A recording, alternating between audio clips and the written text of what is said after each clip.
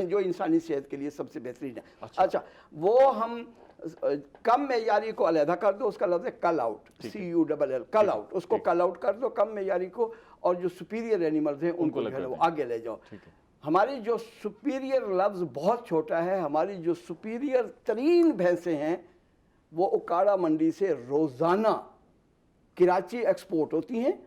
اچھا, اور بچے کو یہیں چھوڑ کے جاتے ہیں. اچھا اب آپ کے ذہن میں آئے گا جی بچے کو یہاں چھوڑ کے جب جاتے تھے وہ تو وہاں تو پسوا بھی نہیں کرتی ہوں گی, وہ دودھ ہی نہیں دیتی ہوں گی, جسے ہم ملتانی زبان میں کہتے ہیں کہ وہ سنگا ہی نہیں کرتی ہوں گی. تو وہاں کیسے, جو اس دنیا میں سب سے زیادہ پیداوار دینے والے جانور ہوتے ہیں, بھلے وہ کوئی ہو, ٹھیک ہے, وہ ان کو بچے کی ضرورت نہیں ہے, وہ تو خود جان چھڑا رہے ہوتے ہیں کہ خدا کے واسطے میرا دودھ اتارو تاکہ میں اس وزن کو جو ہے نا وہ ہٹاؤں. اچھا, اور وہ بھینسیں ہماری کراچی جاتی ہیں, جس نے اپنی زندگی میں پیداواری 15 بچے دینے تھے اور خود 15 بچوں کے درمیان دودھ دینا تھا, وہ پھر واپس کبھی نہیں آتی. نہیں میں یہاں سے کہہ رہا ہوں کہ کراچی کراچی, میں اس کو لفظ کو ایکسپورٹ کر رہا ہوں, تو وہ پھر وہاں سے واپس کبھی بھی نہیں آتی, کیونکہ وہاں پھر وہ اپنے سوئے کا دودھ کو ختم ہونے پر وہ پھر باربیکیو ٹو ڈائٹ کی زینت بن جاتی ہے. اچھا, آئیں جی آپ مقابلے کے اندر آئیں کہ جی آپ بہتر پیداواری جانور, اور اس کے لیے تو کوئی ریسرچ کے پیسے بھی نہیں چاہیے. ایک بہتر پیداواری جانور جو کراچی کا جو سیٹ ہے وہ اوکاڑا, عارف والا, وہاڑی, میاں چنو, اس منڈی سے وہ الیٹ اینیمل جاتا ہے, کیونکہ اس میں سے اس کو چوز کر اس میں سے پیسے نکالتے ہیں. تو آپ کا کیا خیال ہے, وہ 3 لیٹر والی کو لے کے جائے گا؟ خان صاحب میں آپ سے نا آخر میں, پروگرام کے آخر میں یہ جاننا چاہوں گا کہ جو ہمارے کاشتکار ہیں ان کو آپ ٹپس دیں, ان کو وہ ٹوٹکے بتائیں کہ وہ جو ان کے پاس دستیاب جانور ہیں ان میں کیسے چھانٹی کر لیں, یا کوئی نیا جانور خریدنا چاہتے ہیں. یہ پہلے میں ڈاکٹر ناظم صاحب سے پوچھوں. ڈاکٹر صاحب یہ بتائیے گا کہ دیکھیں نا جی, ہم جانوروں سے بہتر دودھ دینا چاہتے ہیں, گوشت بہتر کرنا چاہتے ہیں, تو ونڈا جو ہے وہ کافی اس میں اہم رول پلے کرتا ہے. اس کے علاوہ بھی خوراک کو ہم دیکھ سکتے ہیں. تو آپ ایگرانومی کے ایکسپرٹ ہیں, تو آپ خوراک کے حوالے سے بھی, جانوروں کی خوراک کے حوالے سے, کیونکہ چارہ ہمارے یہاں بڑا مہنگا ہے, تو آپ کو کوشش نہیں کر رہے کہ چارے کو جو ہے اس طرح کاشت کیا جائے کہ وہ سستا ہو, چارے کی پیداوار بڑھے, تاکہ جو ہمارا فارمر ہے لائف سٹاک کا اس پر برڈن کم ہو. اس پہ کوئی غور ہو رہا ہے؟ پہلی بات میں تھوڑا سا پیچھے کی طرف جاؤں گا. جس طرح منیز صاحب نے بتایا کہ ہماری نیشنل ایوریج 3 لیٹر ہے, اور دنیا کہتی ہے 10 لیٹر سے کم دودھ دینے والی جانور جو ہے نا اس کو ذبح کر دیں. اچھا, اس کو رکھے ہی نا. جی رکھے ہی نا, وہ اکنامیکلی نہیں ہے, وہ بوجھ ہیں. ہم نے باپ دادا کی نشانیاں رکھی ہوئی ہیں, ہم نے آج تک ان بریڈز کو علیحدہ نہیں کیا کہ یہ باربرداری والی کون سی ہے, دودھ والی کون سی ہے, اور گوشت والی کون سی ہے. پہلے تو ہمیں یہ علیحدہ کرنی چاہیے. جو دودھ والی ہے, اب میں آسٹریلیا گیا, ایک فارم وزٹ کیا, وہاں پہ ایک خاتون نے 40 بکریاں رکھی ہوئی تھیں. ٹھیک ہے, 4 لیٹر پر ڈے پر بکری. اچھا, اور ہماری گائے سے زیادہ دودھ جو ہے وہ بکری سے, وہی بتا رہا ہوں. اور مکینیکل ملکنگ کا مشین سے ملکنگ کا مطلب ہے کہ ان کے جو تھن ہیں وہ بھی مشین کے حساب سے ڈیزائن ہے. ہماری بکریاں دیکھیں تو ان کے ایک سے دوسرے کا نہیں ملتا, سائز ہی نہیں ملتے. تو وہ لوگ اس حد تک پہنچ گئے ہیں. یہ ہمیں اپنی نسلوں کو پیور کرنا پڑے گا, اور دنیا کے حساب سے ہمیں اپنی نسلیں علیحدہ کرنی پڑیں گی. ہمارے ہاں جو اس وقت جو بہتر بریڈ ہے, منیز صاحب مجھ سے زیادہ بہتر جانتے ہیں, جو ہماری سائی وال کے ساتھ فریزن کا کراس جو ہے وہ اچھا دودھ دیتی ہے. تو ہمیں اپنی سائی وال بریڈ کو علیحدہ سے مینٹین کرنا چاہیے. پیداوار دودھ کی لینی ہے تو اس کے لیے ہمیں اپنے کرائٹیریا سیٹ کرنے چاہیے. پھر میں خوراک کی طرف آتا ہوں کہ پہلے تو ہمارے پاس پوٹینشیل ہو نا گائے میں, جانور میں, پھر ہم خوراک اس کو دیں گے تو وہ جو ہے وہ خوراک چاہے مہنگی بھی ہوگی تو وہ مہنگی نہیں لگے گی. ایک گائے جو ہے وہ اپنا پوٹینشیل زیادہ دے رہی ہے, 10 لیٹر اب دے رہی ہے, سے 6-7 لیٹر تو وہ روز خود کھا رہی ہے خوراک. تو مالک کو کیا دے گی, مالک کو کیا دے گی, انویسٹمنٹ ہے مالک کی, لیبر ہے, وہ تو کہیں وہ ساری جو ہے وہ اس وقت بارے نہیں آتی. تو اس کے لیے جو ہے ہمیں پھر پہلے تو پوٹینشیل ہو, پھر ہم اس کو خوراک اس حساب سے دیں, تو پھر وہ ہمیں نہیں چبھے گی. اس میں ظاہر ہے سبز چارے کے ساتھ ساتھ ونڈا دینا پڑتا ہے, یہ منرل مکسچرز وغیرہ ہیں وہ دینے پڑتے ہیں, ان کی ڈی ورمنگ کرنی پڑتی ہے. جب تک ہم معیار کو برقرار نہیں رکھیں گے, ہم اپنی ایکسپورٹ کے حساب سے اپنے جس نہیں ہم کر سکتے. اب جیسے برائلر ہے مرغی، وہ ایک پورا فلاک تیار ہوتا ہے، ایک جیسا تیار ہوتا ہے. ہمیں تو اس طرح کے جانور فارم پہ رکھ کے وہ جانور ہمیں چاہیے جو ہم گوشت لے کے ایکسپورٹ کے لیے بھیجیں، جو ایک ہی معیار پہ ہو سب کا. جی خان صاحب، یہ وہ ہمیں ذرا تھوڑا ساتھ ساتھ ہمارے جو فارمرز ہیں ان کو بھی گائیڈ کرتے جائیں کہ جی اگر کسی نے پالنا ہے، کوئی لائف سٹاک کی طرف آ رہا ہے، کوئی حلال میٹ کا بزنس کرنا چاہتا ہے، تو کیا ایس او پیز ہیں جن کو اپنائے جس سے وہ بہتر قیمت بھی حاصل کر سکے، بہتر گوشت اور بہتر دودھ حاصل کر سکے؟ برخلاف بخاری صاحب میں کچھ بھی نہیں کہہ سکوں گا، ہمارے پاس کچھ بھی نہیں ہے. اور میں ویسے ہم نا بڑی بدقسمتی کی بات ہے کہ آپ جیسا میں کہہ رہا ہوں کچھ بھی نہیں ہم کر سکتے. اچھا.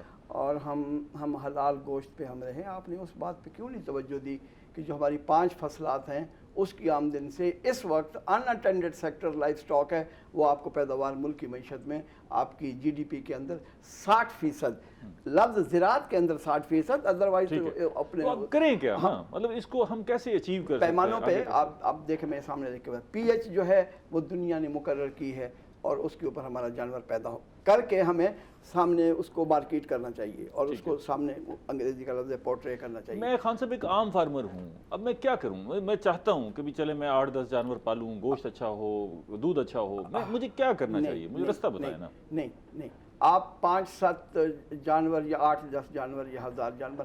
میں پڑھا رہا تھا نیپا کے اندر، تو میں نے ان سے بیوروکریٹ سے میں نے پوچھا کہ جی آپ کیا سوچتے ہیں کہ ایک حلال فارم کی تعداد جانوروں کی کیا ہوگی؟ خیر وہ تو پہلے اپنی آکڑ کی وجہ سے اسی طرح ہی بیٹھے رہے کہ جی یہ ایک کسان سب سے پہلے یہ ہے کہ ہمیں پڑھانے کے لیے آیا ہے، جب ہم تو عرفہ والا، ٹھیک ہے میں کچھ نہیں کہتا، ہوں گے عرفہ والا، لیکن اس کی پالیسیوں کی طرف سے وہ کبھی آئیں کہ اس کے لیے بہتر پالیسی بنوائے تاکہ کسان یا کوئی ملک کی معیشت کے اندر کوئی چیز اپنا حصہ ڈال سکے. نہیں، وہ ایک وقت گزارنے کے لیے وہ آتے ہیں اور اس کے بعد وہ پاس ہو جاتے ہیں، پھر ان کی پروموشن ہو جاتی ہے. چھوڑیں. میں نے ان سے پوچھا کہ آپ کیا سوچتے ہیں کہ ایک حلال گوشت کا یا گوشت کا ایک فارم کا کیا گنتی ہوگی جانوروں کی؟ تو میں ذرا سخت کہا، میں نے کہا جی میں مذاق تو نہیں کر رہا آپ سے، مجھے سرکار نے پیسے دیے ہیں لیکچر کے لیے، مجھے رہائش دی ہے، مجھے گاڑی دی ہے، تو میں یہاں کھیل تماشے کے لیے تو نہیں آیا. خیر وہ ماشاء اللہ ایک ہمارا بہت ہی اچھا سندھی افسر جو ہے نا وہ بیٹھا تھا، اس نے کہا جب یہ نہیں چھوڑتا تو چلو میں کچھ تو کہہ دوں. اس نے کہا جی 5000 جانوروں کا فارم ہوگا. تو بات ماحول ذرا میں نے بنایا، تو وہاں مدثر وحید وہ بیوروکریٹ ڈی ایم جی کا بیٹھا تھا. اس نے کہا سر، میں نے کہا جی بتائیں. انہوں نے کہا جی 100,000 اینیملس اچھا ایک فارم ہونا چاہیے. ٹھیک ہے، 1,00,000 جانوروں کا ایک فارم. اچھا میں اسپونٹینیس ریئیکشن کے اندر میں نے روسٹرم چھوڑا اور اس کا ماتھا جا کے چوما. میں نے کہا بیٹے شاباش، میں لفظ بلفظ بتا رہا ہوں، میں نام لے کے بتا رہا ہوں. میں نے کہا شاباش. میں واپس آیا، میں نے کہا دونوں غلط ہیں آپ، دونوں. لیکن کم از کم تم نے انیشیٹو تو لیا نا، بات تو کی ہے نا، بات کی ہے. ایک اس نے کہا جی پھر کیا؟ میں نے کہا جی ہماری طرح غریب پیراگوئے اور یوروگوئے، میں ساؤتھ افریقہ کو نہیں لیتا، برازیل کو نہیں لیتا. پروگرام کا وقت بھی جو ہے نا اب ختم ہونے ہاں تو اس میں میرا قصور تو نہیں ہے نا. میں چاہتا ہوں کہ ذرا وہ چلیں یہ سن لیں، یہ ہوش اٹھ جائے نا، یہ سن لیں. ہماری طرح کے غریب ملک پیراگوئے، یوروگوئے، وہاں اوسط فارم کی جو تعداد ہے وہ 1,50,000 جانور ہے. اچھا، اوسط تعداد اوسط ایک فارم کی آپ 8 جانوروں سے آپ ملک کی پیداوار کو جو ہے نا وہ پورا کرنے کی کوشش کریں. گنجائش نہیں گنجائش ہمارے پاس جتنے جانور ہیں دنیا کے کسی اور ملک کے پاس نہیں ہے. اچھا آپ کسی طرف سے تو میرے آگے آئیں. پھر میں عام فارمر ہوں، میں چاہتا ہوں کہ میں اس شعبے میں آگے بڑھوں، میرے وسائل آنا پڑے گا. میں کیسے آگے بڑھوں؟ مجھے وہ ٹوٹکا بتا دیں کہ جی میں اگر جانور خریدنا چاہتا ہوں میں دودھ کے لیے یا گوشت کے لیے، تو اس کو کہاں سے خریدوں، اس کو کیسے پالوں؟ ذرا کوئکلی بتا دیجیے گا. پروگرام میرے کان وہ بھی تو سن رہے ہیں نا، وقت کم ہے. میں اس کو آسانی سے آپ کو بتاتا ہوں. گوشت کی ہم بات کر رہے ہیں، حلال گوشت کی بات کر رہے ہیں. آپ یہ بتائیں کہ جب میٹرک پاس کرنے کے بعد ایک بچہ سپرنٹینڈنٹ کے پاس ایڈمیشن کے لیے جاتا ہے، تو سپرنٹینڈنٹ اس کی طرف دیکھے بغیر، بچہ پیچھے کھڑا ہے، اسے کیا کہتا ہے؟ اس کا بیٹا میٹرک کا سرٹیفکیٹ دو، پھر میں تمہیں ایڈمیشن دے دوں. تو وہ بچہ کہتا ہے نہیں میں نے تو میٹرک پاس نہیں کی، تو ایڈمیشن نہیں ملے گا. ٹھیک ہے نا؟ شاباش، آپ نے میرا مسئلہ ہی حل کر دیا. یہ حلال گوشت کے لیے آپ کو فیٹننگ فارمز کا ڈیوریشن پورا کرنے پڑے گا، بے نہیں جس طرح آپ برائلر کے اندر 37 دن کا دورانیہ پورا کرتے ہیں. ٹھیک ہے. اس کے بعد وہ فرسٹ ایئر میں داخلے لینے کے لیے وہ